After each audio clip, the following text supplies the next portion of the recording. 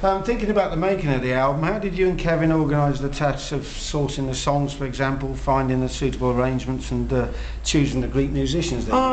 We ended up showing up there in Santorini. We had 2 weeks to kind of put it all together, and just being the product of where we were, Santorini really was a big, powerful place, and it was a real main influence on the sound and the style in which we played. Yeah. And what was the pre-production that went into that? Not much. We just wrote and. You did it all there? Did it all there. Wow. Yeah. And on that subject then, given the fact that you've got these 3 elements that are identified on the album, you must have had it in your mind to have some blues songs on there, which you've reinterpreted in a very heavy way, of course. Yeah, I want to do like some traditional blues. I actually may even get more into it.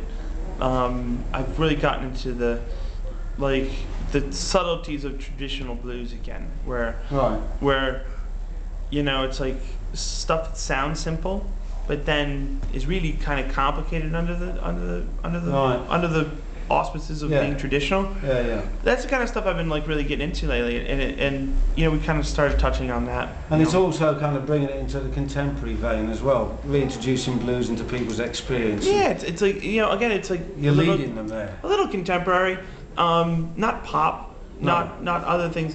It's just, again, it's just.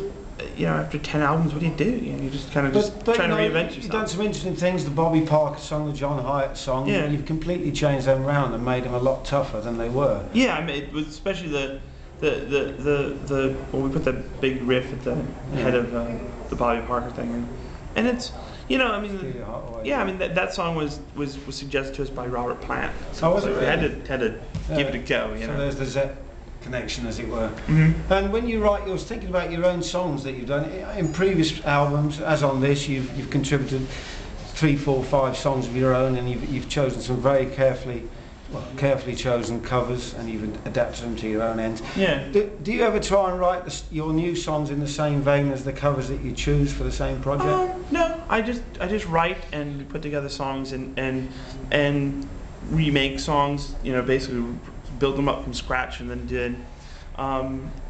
It just kind of like. And then do you sit down and say, how does this fit in with the? Yeah, I kind of like, I make my own little playlist, and of little crappy demos, and if it flows well with those, it'll flow well with real recordings. Yeah.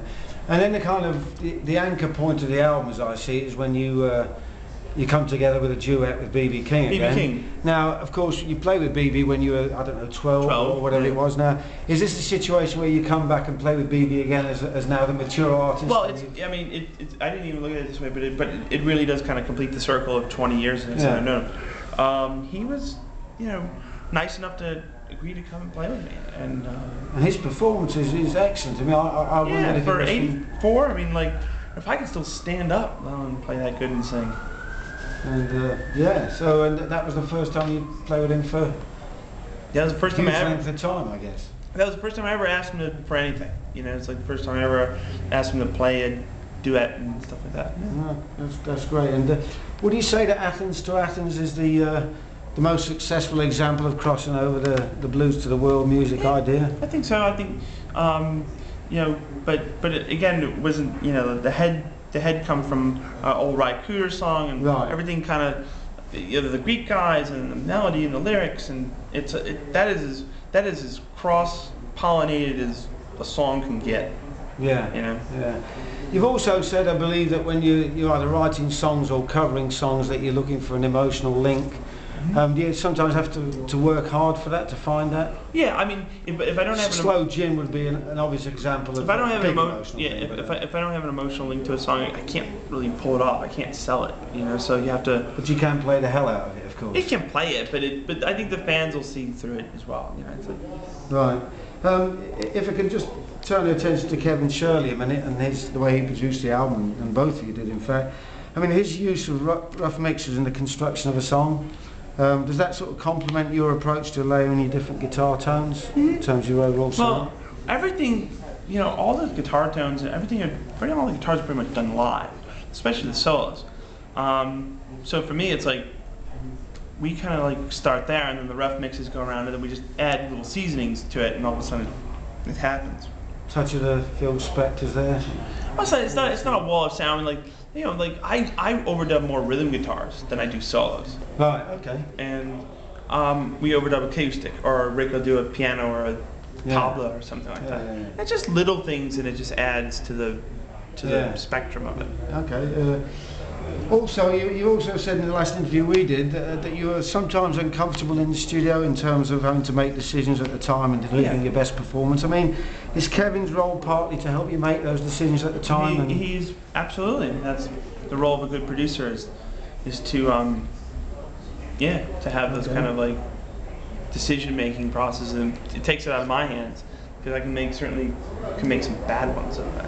Given my own and of course, I think this is your 6th album, is it now, with Kevin? 6th project. We did You and Me, Slow Gin, Ballad John Henry, Black Rock, which was studio records, and we did Live from Nowhere in particular, and the Albert Hall, and that's the 6th one. So what was the general discussion before you sat down for Black Rock? What was youthful and pretending that we never made a record before. Yeah, to try and get that moment. That's an interesting point. Just go. Let's pretend you never made a solo record and you're 20 years old, and there's this kid Joe Bonamassa, and you just played the Albert Hall, and you want to like take him out and show the world that you're better. And I'm like, I can do that. Okay. I know this kid. Again, thinking about the world music angle, I read some time back that you're planning to go to 6 continents to record and play blues with. Are you still going to do that, or is this a try to do that? Yeah. I mean, it depends. Was this one step towards it, or is this kind of one step, testing the waters? But yeah, also, I mean, it's also very tough too sometimes, to organize such a massive move. Yeah. Just going back to the Albert Hall and obviously playing with Eric Clapton, who was a big influence of yours, and British music we've talked about. I mean, was it a little bit like the head teacher being there where you took your exam? Oh yeah, I mean. Or did you approach it with obviously a lot of self-confidence? That goes without saying. But I actually approached it with like the massive amount of humility. Going, I couldn't lie to you. It's like, I'm like sitting in the Albert Hall, this massive venue. My parents are there, and everybody's, big band, cameras all over the place. And I announced Eric Clapton would come out, and he walks out. And I just said to myself, look what I've done. I can't believe I pulled this off. It's like, this is amazing. I mean, it was a perfect combination of events. I mean, that you could never have done. I could have never repeated the steps that led to that point. You know what I mean? Yeah. So, not to say anybody couldn't do it. They certainly can do it. If I can do it, anybody can. But it was. I just couldn't believe what was happening. And the choice of the song? It was my choice. It was my suggestion, because it was the first song that I ever learned on electric guitar. It was Further Out the Road, really? his version. Oh. And the fact that it was simple, and he knew it, and I knew it, and off it went. And it was up tempo. It wasn't like kind of mellow, and so it was like, we had a real. It was a pretty good thing. But did you? I've been asked to ask you this, and shoot me dead for saying it. But when you actually got to the Albert Hall, you had your hair cut, you put the suit on, you walked out there. Yeah. Did you feel kind of that's what you needed to do to play the Albert Hall? Well, I mean, it's the Queen's Opera House. You know? So it's like you have to show respect for the people who've been there. And the building itself, to walk in, you would know more about this than anybody else. It's like the fact that it's so steeped in tradition that the building itself is bigger than anybody could ever play there. It's bigger than the Beatles. It's bigger than Zeppelin. It's bigger than Clapton. I mean, the hall trumps all. So I mean, would I? No. You had to treat it with the respect. Sure. Plus, it was also a DVD being shot, so that I'll have to live with for the rest of my life. So that's a really good point. So it's like if I wouldn't have my outfit, I was like, geez, that would have been bad. Okay, and finally, you want to tell everybody what your immediate projects are after this? My immediate projects. Well,